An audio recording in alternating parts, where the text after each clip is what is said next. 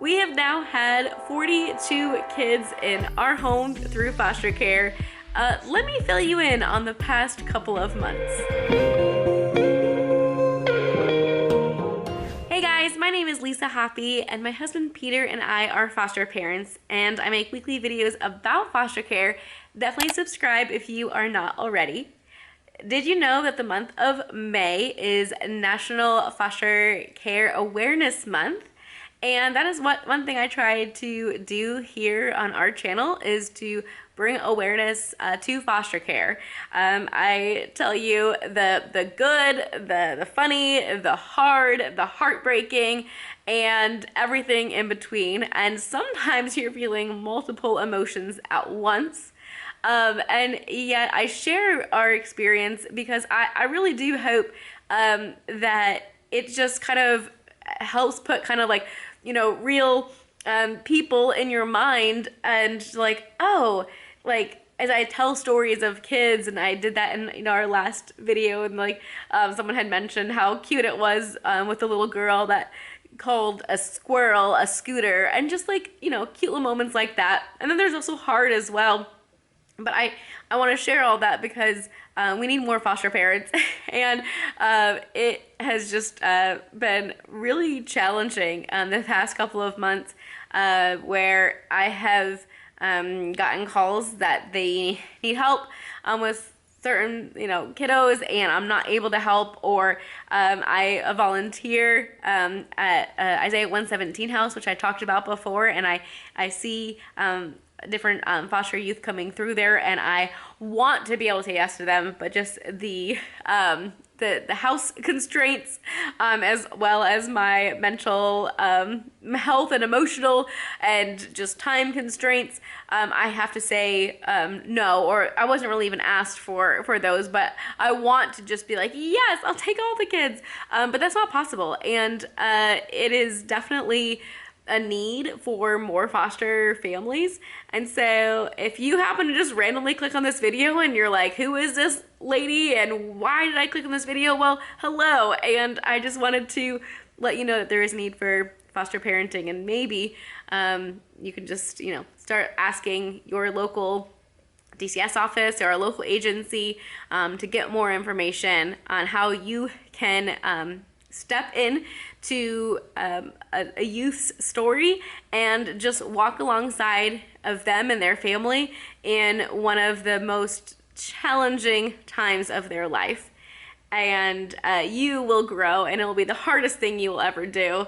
And so you're like, well, why would I want to do it? Well, because it's the best thing I've ever done as well. And I hope that encourage you that just get started, just look into it. So that's my little PSA. But I wanted to catch you up because I have not been making regular videos. It has just been a little bit nuts around here, and yeah, so let me fill you in. So I think last time I had talked to you about what was going on was a video when I shared that just like stuff was like just getting really hard. And I shared in that the month of March, we had 3 kids for the whole month for respite, and it was 3 that we already had previously had, and so it was nice to have them. And then August, a 17-year-old that we had disrupted, she came back to us for 2 weeks during that month of March. So we already have a 17-year-old July who we've had since October. And so for the month of March, for 2 weeks, we had 2 3-year-old girls, 2 17-year-old girls, and a 9-year-old boy. And it was just crazy. I was like, how is this gonna work? And ended up actually, in some ways, being easier with the 2 3-year-old girls and the 2 17-year-old girls, because they each kind of buddied up and they would help each other, and it was actually sweet to give some responsibility to the 17-year-olds and how, you know, they were helping.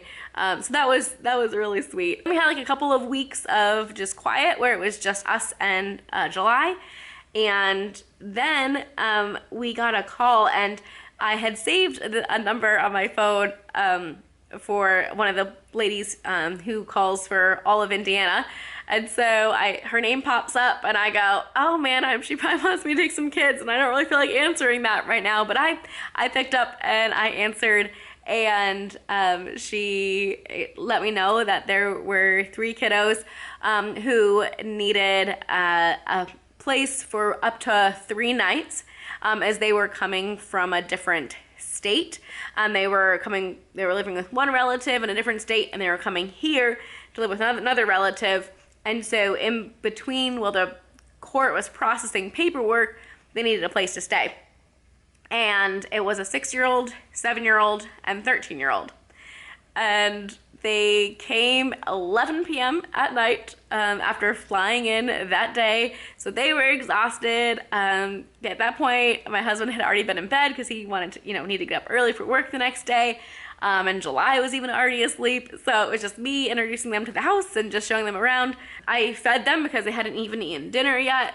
And so, well, actually not only one of them wanted to eat. The other ones didn't want to eat. They were in their room, and I think they were still talking for a little bit, but it was about like 12:20 at past midnight when I got them down. I felt so proud. I was like, there we go, like in an hour, and then they did sleep well. And then because they weren't in school here, they were here with me during the day, so we would go and do things. We did like the Children's Museum one day, very thankful that they give a free pass for foster families to utilize that space. So it was something so good that we could go do the pretty much the whole day. We were there, and then we the next day did like an indoor playground that's close to us, and the day after that we did a hike. And they didn't love the hike. They were not outdoorsy, and so it's just so interesting to get to know different people. But it was challenging because DCS unfortunately told them, hey, you're gonna be with the Hoppies for like 1 night, maybe 2. So of course, when 1 night passed and they weren't with their family, they were upset at us, and like we got the brunt of that emotion. And by the time the second night came, I had asked the DCS caseworker, I said, hey, because you've given them a timeline and they aren't here yet, can you please be the one to call and apologize to them? And so she was, and she did apologize. And by the time she apologized the second day, she said the paperwork was all through, and that the end of the third day that they would be with their relative. So it all, worked out, but it was like a really challenging 3 days. And by the end of that third day, I was actually not feeling the greatest. So they kind of came in with a little bit of a cold. So then I got a little bit of a cold, and it's been like 3 weeks or so, and you can still hear I have a little bit of something in the back of my throat. So it definitely took me out, and I was very surprised. But I think the reason I couldn't ever get over it is because my husband and I had been training for the Indy Mini, which we just recently did, and that is a half marathon here in Indianapolis. The day after those 3 kiddos left, I ran 12 miles for a training run, even though I had felt sick. The day before, I felt okay to run. I felt great. And then the next couple of days, I was just wiped. And then I ran again the next weekend, not as many miles. It was because the weekend before, I ran like 7 miles. And then I was wiped again. So Saturdays when I usually did my long run. And then by Monday, Tuesday, and Wednesday, I was just wiped, and I would regain my strength Thursday, Friday, and then run again on Saturday. Well, in between that, so after the 12-mile run that I did after the 3 had left, that was on a Saturday, and then by that Friday, we had some respite, and so we were supposed to have 4 kiddos for respite plus our July. So it's supposed to be a 9-month-old, almost 2-year-old, a 3-year-old, no, another 2-year-old, and a 5-year-old. But the almost 2-year-old, she was at an overnight visit with her parents because she's about to be reunified. So it was actually really nice then that we only had like one night, and it was 2 different families. So we only had one night where the baby and then the 2 and 5-year-old overlapped. So it was 2 days with the 9-month-old, and then it was 3 days with the 2 and 5-year-old.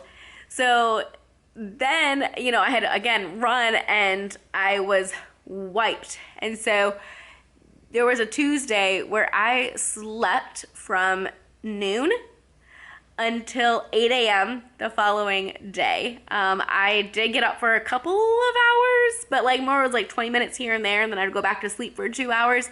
So my body was absolutely wiped, and that was the Wednesday before I was supposed to be running the half marathon. So I was just like healing, trying to get better.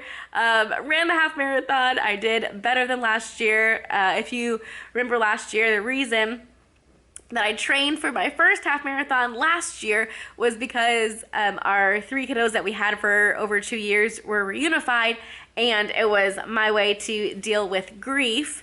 And this year, the reason I was like thinking, like, as I was running and training, like, why am I running this year? And it was, for my dad, who is a runner, and he has encouraged me to do that.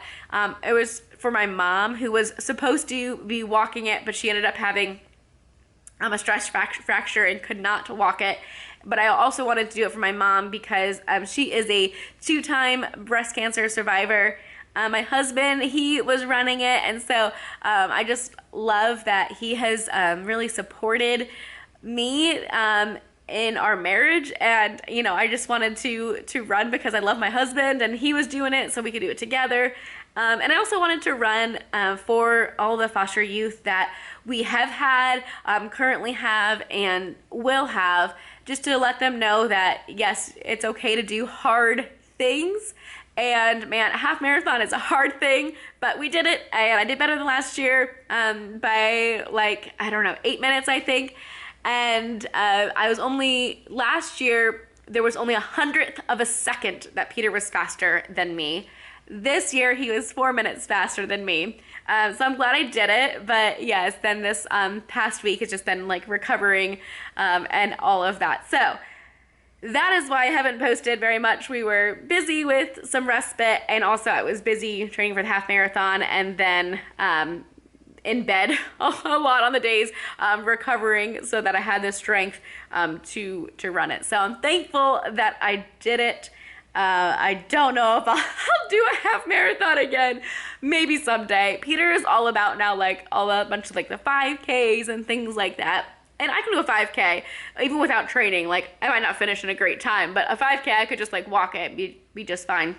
So yeah, going back to Foster Care Awareness Month, if you have a desire to step into the life of kiddos and older youth, younger youth, whatever, please reach out to your local agency and get started even today. So thank you so much for watching. Hope you enjoyed our little update, and we'll see you in the next video. Bye, guys. No, nothing here is wasted. God will redeem.